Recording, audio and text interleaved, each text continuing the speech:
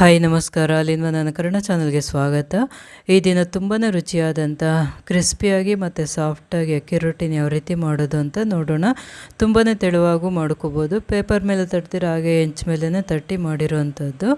ಅಕ್ಕಿ ರೊಟ್ಟಿ ಮಾಡೋದಕ್ಕೆ ಮೊದಲಿಗೆ ಒಂದು ಅರ್ಧ ಕಪ್ನಷ್ಟು ಹುರಿದಿರೋಂಥ ಕಡಲೆ ಬೀಜನ ಮಿಕ್ಸಿ ಜಾರಿಗೆ ಸೇರಿಸ್ಕೊಂಡು ಈ ರೀತಿ ಸ್ವಲ್ಪ ತರಿಯಾಗಿ ಪೌಡ್ರ್ ಮಾಡ್ಕೋಬೇಕು.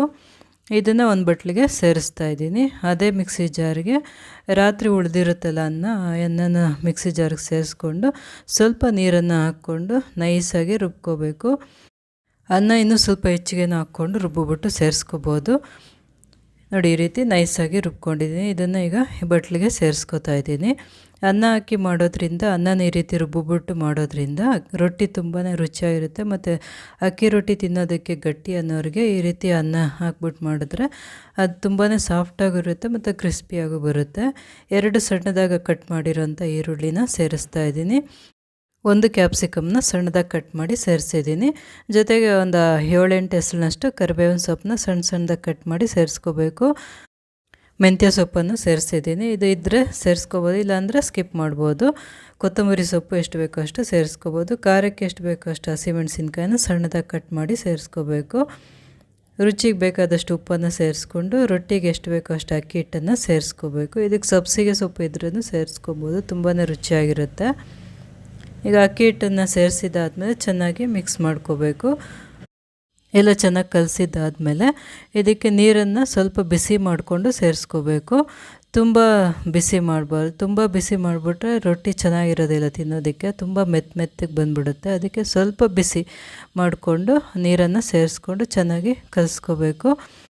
ಈ ರೊಟ್ಟಿನ ಕವರ್ ಮೇಲೆ ತಟ್ಟೋದಾದರೆ ಸ್ವಲ್ಪ ಗಟ್ಟಿಯಾಗಿ ಕಲಿಸ್ಕೋಬೇಕು. ಆದರೆ ನಾನು ಇದನ್ನು ಡೈರೆಕ್ಟಾಗಿ ಹೆಂಚು ಮೇಲೆ ತಟ್ತಾಯಿದ್ದೀನಿ, ಅದಕ್ಕೆ ಸ್ವಲ್ಪ ತೆಳುವಾಗಿ ಕಲಿಸ್ಕೋತೀನಿ. ನೀರು ನೋಡಿಕೊಂಡು ಎಷ್ಟು ಬೇಕೋ ಅಷ್ಟು ಹಾಕ್ಕೊಂಡು ಚೆನ್ನಾಗಿ ಮಿಕ್ಸ್ ಮಾಡ್ಕೋಬೇಕು. ಈಗ ರೊಟ್ಟಿ ಮಾಡೋದಕ್ಕೆ ಹಿಟ್ಟು ರೆಡಿಯಾಗಿದೆ. ಈಗ ಹೆಂಚಿನ ಸ್ಟವ್ ಮೇಲೆ ಇಟ್ಟು ಸ್ವಲ್ಪ ಬಿಸಿಯಾಗಿದೆ. ಈಗ ಫ್ಲೇಮ್ನ ಸಿಮ್ನಲ್ಲಿ ಇಟ್ಕೊಂಡು ಅದ್ರ ಮೇಲೆ ನೀರನ್ನು ಚಿಮ್ಸ್ಕೋಬೇಕು. ರೊಟ್ಟಿ ಹಿಟ್ಟನ್ನು ಈ ರೀತಿ ತೆಳುವಾಗಿ ಕಲಿಸ್ಕೊಂಡಿದ್ದು, ತುಂಬ ತೆಳುವಲ್ಲ, ಇಷ್ಟು ಮಾತ್ರ ಕಲಿಸ್ಕೋಬೇಕು ಹೆಂಚು ಮೇಲೆ ತಟ್ಟೋದಾದರೆ. ನೋಡಿ, ರೊಟ್ಟಿಗೆ ಎಷ್ಟು ಬೇಕೋ ಅಷ್ಟು ಹಿಟ್ಟನ್ನು ಹಾಕ್ಕೊಂಡು ಸ್ವಲ್ಪ ನೀರನ್ನು ಹಾಕ್ಕೋಬೇಕು. ಜಾಸ್ತಿ ಹಾಕ್ಕೋಬಾರ್ದು, ಮೊದಲೇ ಮೆತ್ತಗೆ ಕಲಿಸ್ಕೊಂಡಿರ್ತೀವಿ, ಜಾಸ್ತಿ ನೀರನ್ನು ಸೇರಿಸ್ಕೋಬಾರ್ದು.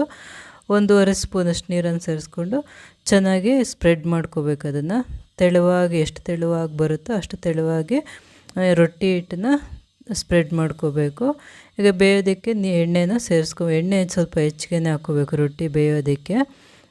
ನೋಡಿ, ಒಂದು ಕಡೆ ಚೆನ್ನಾಗಿ ಬೆಂದಿದೆ. ಈಗ ಮತ್ತೊಂದು ಕಡೆ ತಿರ್ಸ್ಕೊಂಡು 2 ಕಡೆ ಚೆನ್ನಾಗಿ ಕ್ರಿಸ್ಪಿಯಾಗಿ ಆಗೋವರೆಗೂ ಬೇಯಿಸ್ಕೋಬೇಕು. 2 ಕಡೆ ಎಣ್ಣೆನ ಸ್ಪ್ರೆಡ್ ಮಾಡಿಕೊಂಡು ಮತ್ತೆ ಮುಚ್ಚಳ ಮುಚ್ಚಿ ಸ್ವಲ್ಪ ಹೊತ್ತು ಬೇಯೋದಕ್ಕೆ ಬಿಡಬೇಕು. ರೊಟ್ಟಿ ಮಾಡುವಾಗ ಫ್ಲೇಮ್ನ ಹೈಯಲ್ಲಿ ಇಟ್ಕೊಂಡಿರಬೇಕು, ಆಗ ಚೆನ್ನಾಗಿ ಬೇಯುತ್ತೆ. 2 ಕಡೆ ಚೆನ್ನಾಗಿ ಕ್ರಿಸ್ಪಿಯಾಗಿ ಆಗೋವರೆಗೂ ಬೇಯಿಸ್ಕೋಬೇಕು. ಈಗ ಮತ್ತೆ ಇನ್ನೊಂದು ರೊಟ್ಟಿ ತಟ್ಟಬೇಕು ಅಂದರೆ ಫ್ಲೇಮ್ನ ಸಿಮ್ನಲ್ಲಿ ಇಟ್ಕೊಂಡು ಮತ್ತೆ ನೀರನ್ನು ಚಿಮ್ಮಿಸ್ಕೊಂಡು ರೊಟ್ಟಿ ಹಿಟ್ಟನ್ನು ಎಷ್ಟು ಬೇಕೋ ಅಷ್ಟು ರೊಟ್ಟಿ ಹಿಟ್ಟನ್ನು ಜಾಸ್ತಿ ಹಾಕ್ಕೊಬಾರ್ದು. ಒಂದು ರೊಟ್ಟಿಗೆ ಎಷ್ಟು ಬೇಕೋ ಅಷ್ಟು ಹಿಟ್ಟನ್ನು ಹಾಕ್ಕೊಂಡು ಸ್ವಲ್ಪ ನೀರನ್ನು ಸೇರಿಸ್ಕೊಂಡು ಚೆನ್ನಾಗಿ ತೆಳುವಾಗಿ ಸ್ಪ್ರೆಡ್ ಮಾಡ್ಕೋಬೇಕು ಈ ರೀತಿ.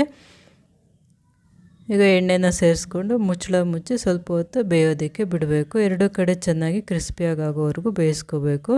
ಅಕ್ಕಿ ರೊಟ್ಟಿಗೆ ನೀವು ತರಕಾರಿ ಹೆಚ್ಚಿಗೆ ಹಾಕಬೇಕು ಅಂತೇನಿಲ್ಲ. ಈರುಳ್ಳಿನ ಸ್ವಲ್ಪ ಹೆಚ್ಚಿಗೆ ಹಾಕ್ಕೊಂಡು ಕೊತ್ತಂಬರಿ ಸೊಪ್ಪು, ಕರಿಬೇವಿನ ಸೊಪ್ಪು, ಹಸಿಮೆಣಸಿನ್ಕಾಯಿ, ಕಡಲೆಬೀಜ ಮತ್ತು ರುಬ್ಬಿರೋಂಥ ಅನ್ನನ ಹಾಕಿ ಮಾಡಿದ್ರೆ ತುಂಬಾ ರುಚಿಯಾಗಿರುತ್ತೆ. ಸೈಡ್ ಡಿಶ್ಶು ಏನು ಬೇಕಾಗಿಲ್ಲ. ಇದಕ್ಕೆ ತುಪ್ಪದಲ್ಲೇ ತಿನ್ಬೋದು. ತುಂಬಾ ರುಚಿಯಾದಂಥ ಅಕ್ಕಿ ರೊಟ್ಟಿ ರೆಡಿಯಾಗಿದೆ. ತುಂಬಾ ಕ್ರಿಸ್ಪಿಯಾಗಿರುತ್ತೆ ಮತ್ತು ಸಾಫ್ಟಾಗೂ ಇರುತ್ತೆ. ಈ ವಿಡಿಯೋ ಇಷ್ಟವಾದಲ್ಲಿ ಲೈಕ್ ಮಾಡಿ, ಕಮೆಂಟ್ ಮಾಡಿ, ಶೇರ್ ಮಾಡಿ, ಸಬ್ಸ್ಕ್ರೈಬ್ ಮಾಡಿ.